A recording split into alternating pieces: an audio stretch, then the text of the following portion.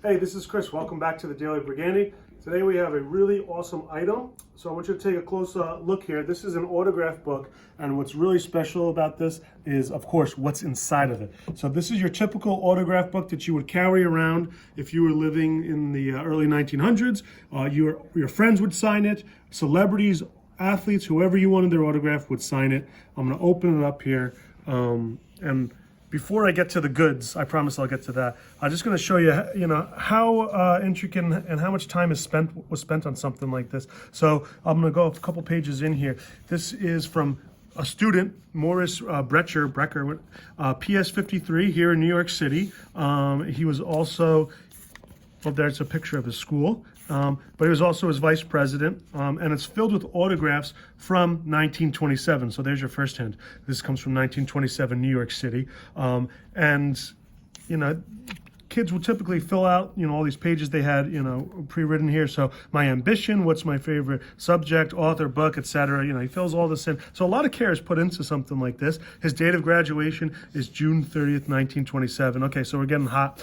Okay, so we keep going through the book, and now we get to the autographs. So we look through every page. These are all his friends and students, best of luck to you, Morris, etc., etc., etc. But now let's get to the good stuff. All right.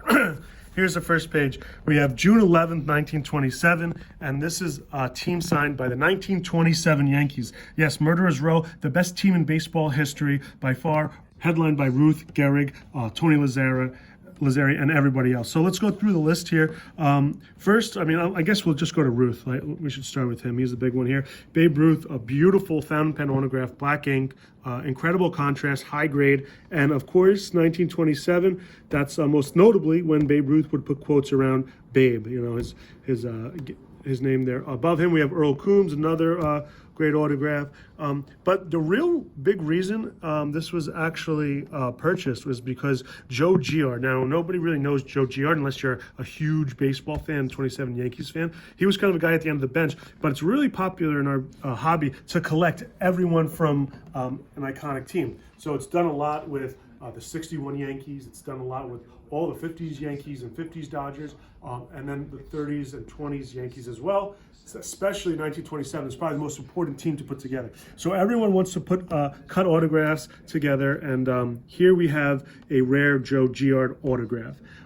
Just him alone is probably about $5,000 to $7,000. Just Joe Gehrig, and again, he's a no-name player. I think his entire career was 13 and 15. I just looked it up on Wikipedia as a pitcher. So he didn't play a lot, played 3 seasons. He died in the 50s, so after baseball, he must have just, left the sport and did something else professionally. I also want to talk here, we have Urban Shocker. He's not a Hall of Famer, but he's a borderline guy, and he's extremely rare. He died, I think, the following year, 1928 or 1929. He's just like Miller Huggins, they died right after this iconic team. Now we're going to go to the next page. The next 2 pages, we have more Yankee autographs, Ben Pascal, Pat Collins. But let's keep going over here, because now we have the tandem, the second part, Lou Gehrig. And there you have a nice 20s version of his autograph. In fact, it's June 11th, 1927. And I should have mentioned this before, because we looked up. We said, let's see what Babe Ruth and Lou Gehrig were doing on this day. Ruth, of course, he hit 2 home runs. I think it was number 19 and 1920 for the season. So, not to make this, not that you could even think to make this book any better, but, of course, the timing on it and the date, the kid put on top of here. So just incredible. He was probably at a game, or maybe you saw the team before the game or after the game at, a local spot or hangout. Again, so it's PS 53, so that's New York City, probably the Bronx. I could look it up probably and find out. But the book continues. It's just more autographs of his friends and stuff, and his whole class list and stuff. So this was a prized possession for a kid back then. There's one more thing I wanted to note, because Tony Lazzeri, as I mentioned, was a big part of the Yankees. He was not in this book, so he must have been absent that day wherever they were signing this. So we have to complete the collection here, a Tony Lazzeri cut. He's another extremely rare autograph, and he's a major part of the 27 Yankees. So one of the coolest books, coolest items we own from the 1927 Yankees. Again, the best team in baseball history, and the best lineup by far. So thanks for watching the Daily Brigandi. If you have any questions about 27 Yankees or autographs from this period, just give us a shout. Thanks for watching. We'll see you tomorrow.